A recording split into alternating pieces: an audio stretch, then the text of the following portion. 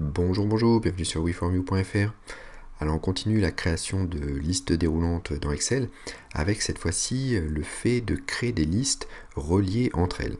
C'est-à-dire que les choix que l'on va faire dans une première liste déroulante devront influer sur les choix que Excel va nous présenter dans la deuxième liste, etc. jusqu'à la troisième, quatrième liste. On peut imaginer après tout un ensemble de choix qui sont reliés entre eux. Alors c'est parti, donc je vous montre ce que je voudrais obtenir, c'est-à-dire que j'ai un choix de type, donc je peux acheter par exemple soit des arbres, soit des fleurs. Si je choisis arbre, eh bien au niveau des choix, je vais avoir le choix entre les chênes, les hêtres, etc. Si par contre je choisis les fleurs dans la première liste déroulante, eh bien la deuxième liste se met à jour, et du coup j'ai un choix autre cette fois-ci sur les fleurs. Alors c'est parti, je vous montre comment créer ce système de listes déroulantes reliées entre elles. Voilà, donc je suis revenu au fichier de départ, donc où il n'y a pas les listes déroulantes encore d'actives. Alors pour vous expliquer le principe, du coup, j'ai créé une feuille ressources en bas, dans lequel j'ai créé trois petits tableaux qui me listent finalement tous les choix possibles que je vais avoir, que je vais pouvoir retrouver en fait dans la page choix. Donc j'ai d'abord un premier choix générique au niveau des types, puis ces types-là en fait sont développés dans d'autres tableaux. Donc, par exemple les arbres, on a les différents choix au niveau des arbres, les fleurs, on a un différent choix au niveau des fleurs. D'accord. Donc on part du général et puis tous ces choix génériques sont développés dans d'autres tableaux. Alors pour pouvoir créer le système des listes déroulantes liées, en fait il va falloir utiliser le système de plage de cellules nommées. Donc pour créer une plage de cellules nommées, on va tout simplement prendre nos choix génériques. Alors attention, je ne prends pas le mot, le nom, en fait, le titre du tableau, puisque type n'est pas un choix de ma liste. Donc je ne prends que les choix possibles.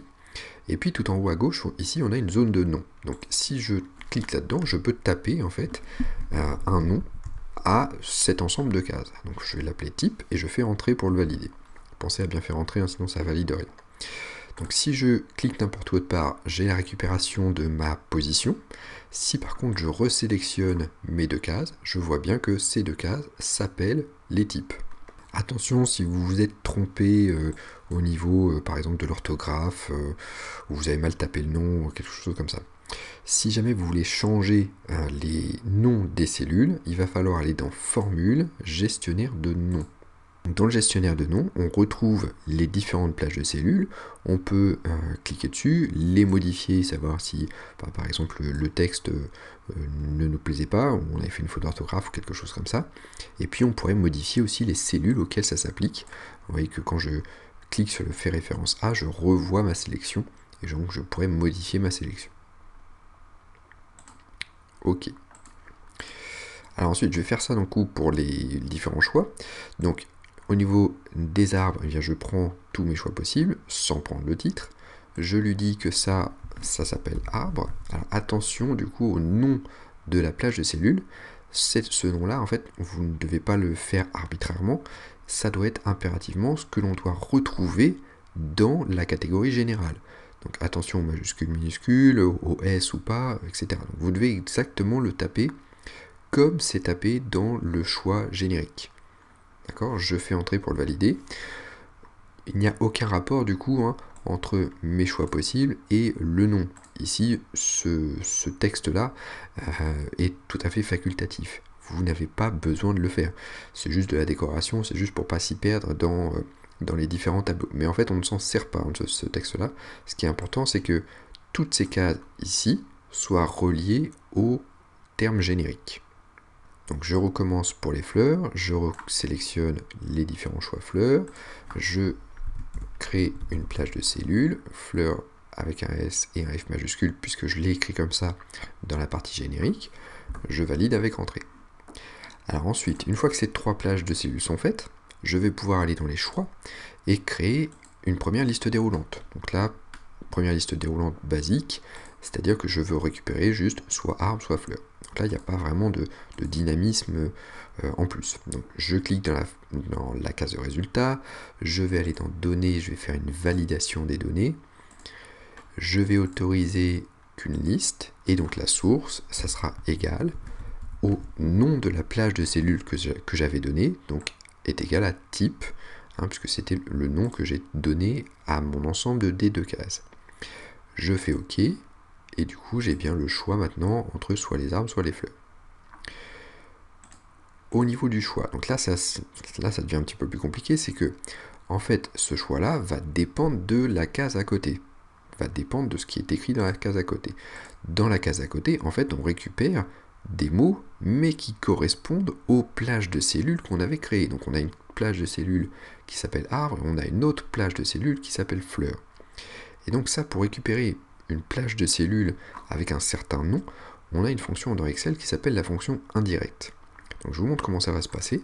Dans la case de résultat, donc dans la deuxième case de résultat, on va aller recréer une validation des données, on réautorise une liste, et donc ici, on va faire égal la fonction indirecte, puisque je veux indirectement faire appel à une plage de cellules, et quelle plage de cellules? Eh bien ça va dépendre de ce qui est écrit dans la case A4.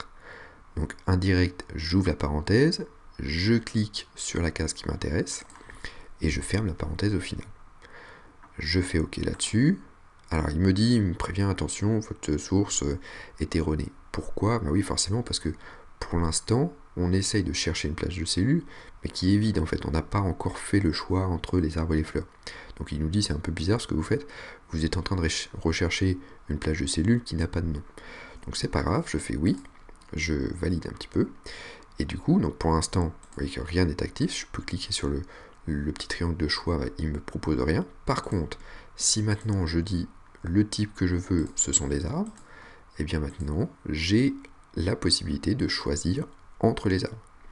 Si je change la première case, et bien que je choisis les fleurs, j'ai bien la récupération de tout ce qui est dans la plage de cellules fleurs. Alors après, on pourrait imaginer des tonnes et des tonnes de cases comme ça, avec des tonnes de listes déroulantes reliées entre elles. Donc juste pour l'exemple, et pour remontrer un petit peu le principe, je voudrais créer une troisième case. Donc ici, on aura le choix de la couleur, si jamais ce sont des roses, par exemple. Donc les couleurs des roses. Hop, on va faire couleur des roses plutôt, que ce soit un petit peu plus français. Voilà, hop. Et du coup, on va reprendre un petit coup de déco. Hop, donc un coup de pinceau, juste sur le titre. Ensuite, dans la partie ressources, du coup, je dois me créer un petit tableau de couleurs. Donc, par exemple, on pourrait avoir des roses rouges, on pourrait avoir des roses jaunes, voilà, ou des roses blanches. Voilà. Ensuite, je dois nommer, du coup, mes différents choix. Alors, ce qui est important, donc, c'est que ces trois choix-là doivent correspondre au choix fleurs, d'accord? Donc la plage de cellules, au choix rose. Donc la plage de cellules doit s'appeler rose, d'accord? Ensuite, je retourne dans mes choix, je retourne faire une liste déroulante, donc données, validation des données, je crée une liste qui va être égale à indirect de ma case à côté. Et donc dès qu'il va avoir rose dans cette case-là, eh bien, il va me charger la plage de cellules rose dans la case couleur. Je fais OK, donc il me dit c'est erroné, pas de problème. Donc ce qui fait que si jamais ici je choisis par exemple les iris, eh bien je n'ai pas de choix de couleur. Si par contre je clique sur rose, eh bien j'ai un chargement des trois couleurs possibles. Voilà, donc je m'arrête là-dessus pour cette vidéo. N'hésitez pas du coup à liker la vidéo si jamais ça vous a plu, à laisser des petits commentaires en bas si jamais il y a des choses qui vous paraissent pas très claires ou si vous avez des questions en plus à poser. Je vous invite aussi à nous rejoindre sur le groupe Facebook de la page WeFormYou. Et puis moi je vous dis à bientôt pour une prochaine vidéo.